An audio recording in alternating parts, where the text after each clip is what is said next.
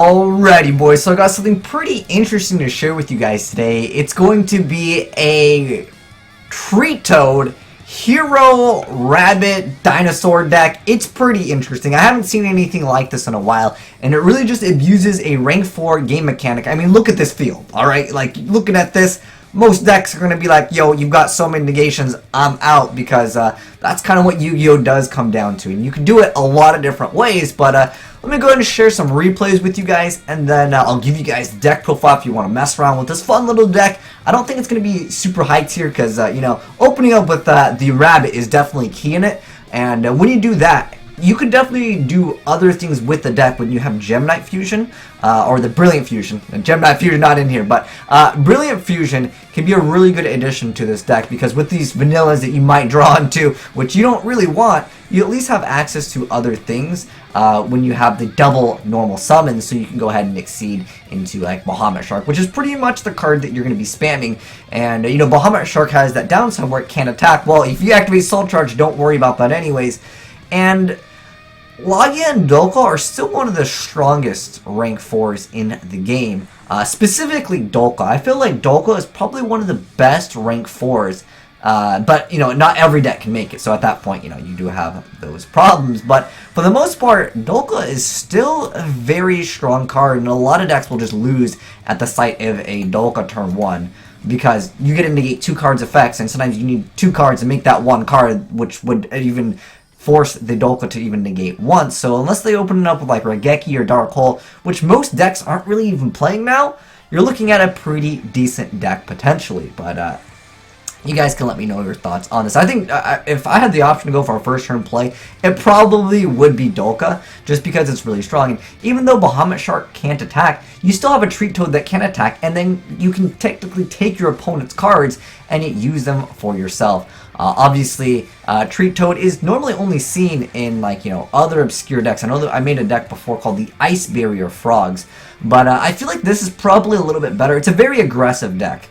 And later on, we will see how good the Treat Toad can be when you steal your opponent's cards, especially when you mix it in, again, with some of these other crazy things. Because if I saw this turn 1, and I saw, like, a Choco Magician Girl, and then someone goes ahead and has, like, Silent Angler, I wouldn't know what the heck I'm playing against. And I feel like this is a rogue deck that maybe you guys can mess around with, have a little bit of fun with. And you could technically beat some of the meta. It all comes down to going first. Going first, I think, is still pretty important in this game, especially when we have, like, ABCs running around where they're just going to negate your play. And if they have that plus, like, a warning or something, it's pretty good. So he's going to go ahead and negate that Call of the Haunted. So he's going to go ahead and steal that Call of the Haunted, but watch what he's able to do. He's able to Treat Toad effect over there. He's able to attack with all of his monsters, and then he's going to go ahead and make King of Feral Imps, and then he's going to go ahead and activate Oasis, and then he's going to go ahead and special summon the Silent Angler, and then he's going to go ahead and get another Treat Toad for next turn, and his opponent is just going to have to say good game over here. But yeah, the deck is looking like it's, again, it's just a fun deck for some of you guys to try out. I have a lot of recommendations for you guys, but I'll give you guys the deck profile as is, as you guys saw over here. But I definitely think I keep on saying Gem-Knight Fusion. Brilliant Fusion is the card that I think really makes this deck even better, because it can extend some of your combos. Unfortunately, sealing the Sage with the Eyes of Blue is not looking too good in here. But I mean, if you definitely, you know, swap up the extra deck, I think you can make Trishula relatively easy, because you never know what you're going to steal. And, you know, if you can make a Trishula, I definitely think Trishula is not a bad card just to have in the extra deck, because you can go for your double monsters, and if Treat Toad negates a level 1, you can negate a lot of different things. You're able to then set the card, so that's pretty cool that you're able to do that. And you can destroy the card, then you can set the destroyed card on your field. So if you negate like a Veiler or something, hey, you know, get that Veiler, able to set it. So I don't know, there's a lot of other things that could randomly be good that you can negate, like Sage with the Eyes of Blue. Blue Eyes is still a relatively popular deck, although I think a lot less people have been playing it since, you know, all the new stuff came out. You know, ABC's obviously the most dominant deck as far as how many people are playing a deck. I know that there's still like the Burning Abyss, like the PK, the people still playing that. That's also still a relatively popular deck as well. There's also still a bunch of Pendulum decks once in a while. I think some people really dislike Pendulums, but you get to see them once in a while. The mechanic of Pendulums is still very inherently strong. But once again, just that double Treat Toad early on is just too strong for most decks. to deal with, especially when you don't have an established board. Obviously, a deck like Amorphages doesn't want to let you establish your board, but sometimes it's too late because obviously Amorphages don't do too well when they don't have their board set up, because it's basically a stun-oriented deck. But now that you guys have seen it in action, let's go ahead and go over the deck profile so some of you guys can mess around with this. Now, I do want to mention first off that there is a lot of different cards that we can incorporate to make it better, and I'll mention them, and I'll mention some of the other cards and their effects. So first off, let's go ahead and jump right into the deck profile. So first off, we have 3 copies of the Fairy Tale Shirayuki over here. So that card has a pretty decent effect. You get to book a moon, a monster, essentially. You get to change a face-up monster your opponent controls a face-down defense position. So it pretty much forces negations on certain things. Like if you do it to an ABC Dragon, yeah, you're going to be forcing out some stuff. And then we have 3 copies of Cabazulas. We have 3 copies of the Choco Magician Girl. Now, unfortunately, I don't really know why this card is in here. It says once per turn you can discard a spellcaster and draw a card. So I guess you technically have that ability, and then also when it's when it's targeted for an attack, you get to target 1 spellcaster in your graveyard, which would be Gigabyte's not even. What's this one? I thought this one. Okay, there is. I'm pretty sure there's another water that's a spellcaster that's very similar to this, but Gigabyte probably has more attack. You guys let me know what that card is. If there's a card where it's just a spellcaster, you can special summon it. Because Aqua Spirit, I know it was Aqua, but anyways, yeah. So I'm not exactly sure why Choco Magician Girl is in here, other than there is. Oh, never mind. I take it back. I'm a dingus. This card is actually a spellcaster, so that's actually a pretty good effect. So you can special summon this, book a moon something. That's good. Okay, I just learned something new. Wow, this guy's such a bad YouTuber. But anyways, yeah, Choco Magician Girl, pretty good if you're able to target this, and then you can book a moon monster, and then you change the attack to that card. Even though the monster's going to be face down. I don't know. Does that even work like that? You guys let me know, because I'm bad at this game. But anyways, then we have 3 copies of Gigabyte. So the only spellcaster I guess you could discard would be this. Okay, I guess you have 1 target, but it's a pretty dang good target. Yeah, and then we have 3 copies of Gigabyte, so you can only control 1 of them. So if you control a spellcaster type monsters, which is this and this, you get to just special summon this card. Also, it's a water, which is pretty important for the deck. And then when this card is destroyed by battle or sent to the graveyard, destroy by battle or by card effect sent to the graveyard, you special summon 1 monster with 1500 attack and 200 defense, except for it's the same copy of itself. And then we have 3 copies of Nefarious Archfiend, Eater of Nefariousness, so you can only control 1 of them, but you can special summon this card from your hand during your opponent's end phase. If this card is in your graveyard, you can target 1 face-up monster you control, destroy it, and if you do special summon this card. So it lets you kind of just have a level 4. It's a rank 4 oriented deck. And then we have 3 copies of Tin Goldfish, 3 copies of Silent Angler. This is all just special summon to make your Bahamut Shark, which gets you your Treat Toad in the first place.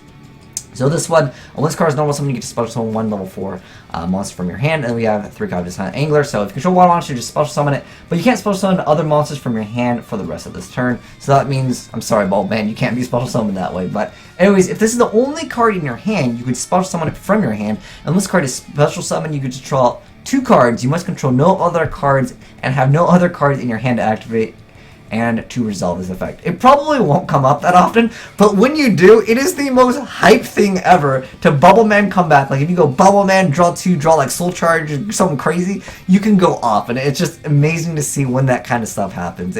It's those Yu-Gi-Oh moments, and I love that card because it happens once in a while. But next up we have the 1 copy of Rescue Rabbit, because in here in TCG we can only play 1. No one's really playing this card, but in this deck it works pretty well, because there's not a real easy way to just get out 2 dinosaurs that can also like be slightly competitive. I feel like you definitely should add the Brilliant Fusion though, because it opens up the doors for your vanillas to not be as bad. 3 copies of Instant Fusion, because you want to be busting out your stuff to make, of course, Bahamut Shark. Then we have 3 copies of A Hero Lives, so control no monsters. Pay afterlife points, special summon, Bubble Man. I guess you could technically try out other things. If you guys want to try out something crazy, I actually got a lot of inspiration from this deck. And maybe, you know, next week on the live stream, I'm going to incorporate the Lawn Mowing Next Door card, add this card in there, and mess around, see what we can do. Because you mix in A Hero Lives, a lot of just other crazy cards with Lawn Mowing Next Door, you can go off and just I want to wombo combo people, and you know, like I said, Lawnmowing Next Door can do a lot of stuff for heroes, and if you have to pay high for life points, don't worry about it if you're playing some crazy OTK deck anyways. Then we have one Day of Peace, because I guess he's going for the playstyle of, you know, like, it doesn't really matter if my opponent gets to draw a card if I set up like a really strong board.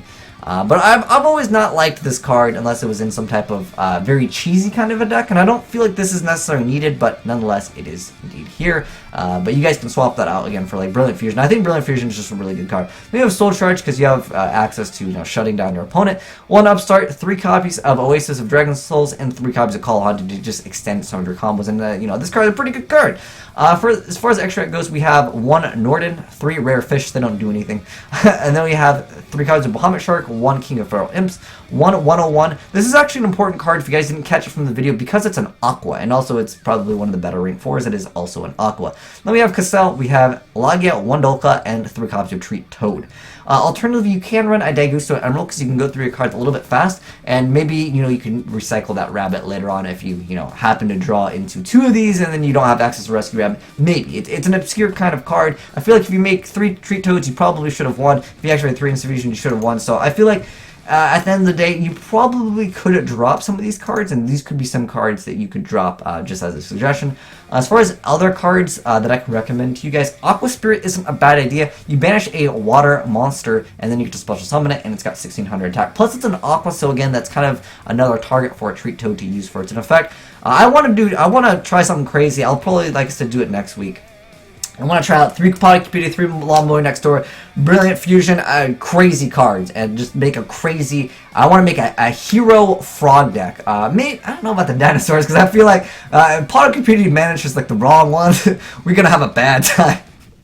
But yeah, I'll probably mess around with that, and we'll see what we can do. But it's just, like I said, just a fun little deck. A hero, Dino, Rabbit. Who playing Dino Rabbits now? Like, it's just not too viable with Rescue Rabbit at once. So Konami, can we get at least 2? Because I think with 2 Rescue Rabbits, people will try it out. But with 1, it's just really not enough for a lot of us to take it a little bit seriously. But anyways, that's it for the deck profile, guys. If you enjoyed the video, make sure you guys get a like button, a titty slap, and shout out to Teriyaki. Thanks for coming up with some more innovative decks. This is stuff that I definitely like seeing on my channel. So if you guys have any other crazy deck ideas, more than happy to share them with you guys and give you guys a shout out and credit for it. This one is by Teriyaki, of course. You guys can send me in the YRP files and also the deck profiles at AzneyesReplays@gmail.com because I love seeing what the community has and also seeing crazy ideas. Because like I said, I got some crazy ideas from this video. But anyways, I'll have to share that with you guys later in the week once I go ahead and play some of that crazy stuff. But anyways, thanks for watching, guys. I'm signing out.